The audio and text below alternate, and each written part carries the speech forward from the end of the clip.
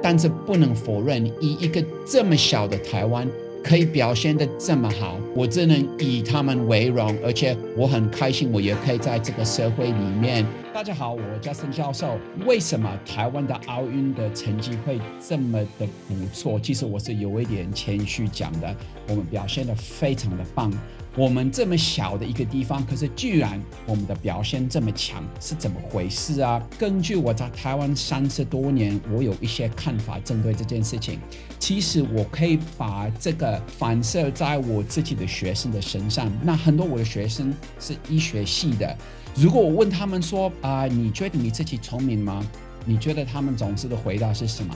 其实大部分都会摇头说没有。可是这些学生真的是非常的优秀，可是他们本身是有这种的谦虚的心态。我觉得我们在东京的奥运就是看到台湾的这个精神，这个谦虚的精神。可是这个谦虚的精神呢，搭配一个很离谱，想要一直往前、一直进步、发展自己的内心跟的能力，就会变成说，这些人呢，在台面的时候，他们而不是追求得到金牌或银牌，他们是在追求让自己做到最好。所以我们就常遇到一个现象，在台湾，就是当学生去考试，他拿到99分，跟妈妈爸爸说，你另外那个分去哪里啊？我真的觉得在我们这些运动的选手上面是会看到这个现象。因为我就必须承认我大概25年都没有看到任何的比赛和球赛。虽然说我以前也是参加武术的功夫的比赛，但是呢，最近的这个奥运，我的太太就逼我看戴资颖跟陈瑜飞打那个羽毛球。其实我看他们打的时候，我是一个真的男人，我不容易哭。可是真的看这个的时候，你会想要哭。我觉得陈瑜飞也表现得非常的好，但是戴资颖他的精神里边，每一次准备，每一次的发球接球都很认真，摔到地上都没有关系。这个真的是台湾的精神哈。你摔到地上几次，你还是起来继续往前走。我看他们在这个比赛过程中有一个时间，戴资颖是蛮后面的，好像差个6分或7分，可是他就慢慢的一个接起来了，真的很精彩，精彩的很离谱。戴资颖是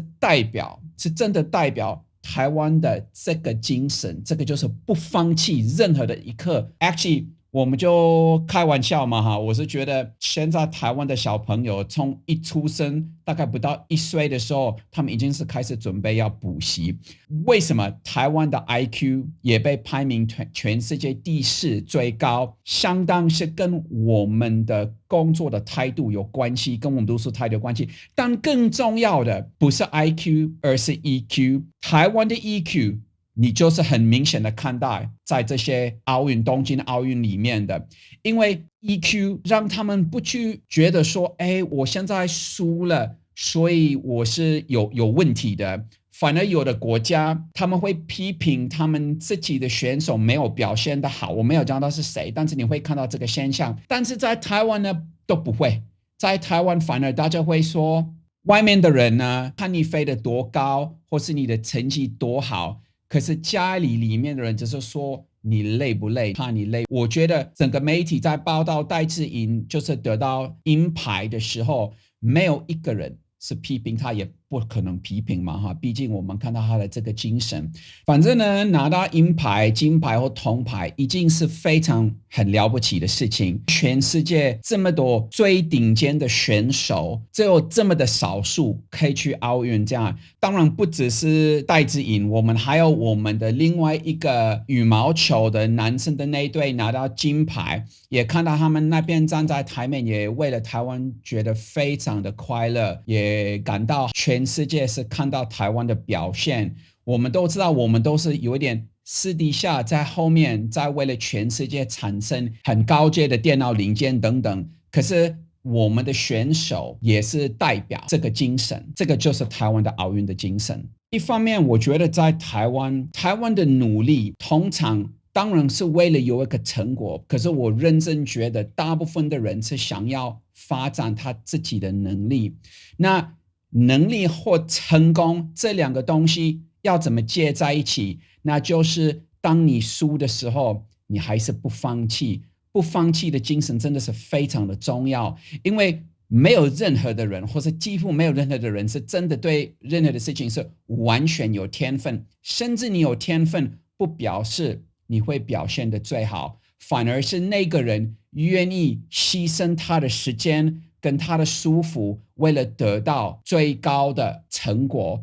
他是愿意花所有的时间在做这件事情，在追求一个目标， even 别人是说你达不到，你无法的。我觉得这个精神是真的很重要，我们可以学习从这些运动选手，不管是我们苏博亚的跆拳道 ，by the way， 苏博亚好像在 Jesus 有说他在西班牙是非常的红，很多人很喜欢他，因为他的名字有个特别的意思，但是这个不要讲，反正他非常的红在西班牙。然后59公斤的郭婞淳拿到金牌，为了举重，天哪！我看他举重的好像快要比我多，快要比我多，没有，真的很厉害。一个女生这样子能够举这么多，然后听她后面的故事哈，跟她自己的长大的过程，很佩服，真的很佩服。Actually， 我觉得在我自己的人生中，我在台湾快30年，我自己也是学会这个精神，是让我从一个不爱读书到后来得到博士，然后变教授。是真的，因为我吸收台湾的观念，就是你能够进步，那就是随时借着这个机会去进步。当然哈，我不是完全的拍马屁，你们可以去看我上个礼拜的影片，关于台湾人开车的。反正啊，我先问全台湾，我们何时可以草树？这个A， 你的老婆、女朋友或者小狗要生小孩 ；B， 你跟一位你喜欢的女生去看《玩命关头》第9，然后想要炫耀你的男人味，其实那一部不怎么好看啊。C， 你被警察追，因为你没有戴口罩。D， 你昨天晚上吃的麻辣锅在后门。你不要以为我就是想要拍马屁，但是真的很值得。去鼓励这些选手，跟我们全台湾所有的人在努力中，为了让我们大家的生活变得更好。就像我们的防疫的团队，或是我们的医护人员啊，或是我们的老师，或是我们的这些人开的公司，或是司机，大家都很努力。如果我们继续这样子做下去，我相信下一次的奥运我们会拿到更多的金牌。稍微有吸收到一些那个光，所以在现在奥运还在继续，那我们这些选手，我们已经看到他们的努力，我们能够为了我们这些选手做什么？我们可以当最好的观众，就是一直鼓励他们，看他们的表现，在后面加油，当一个最棒的金牌的啦啦队。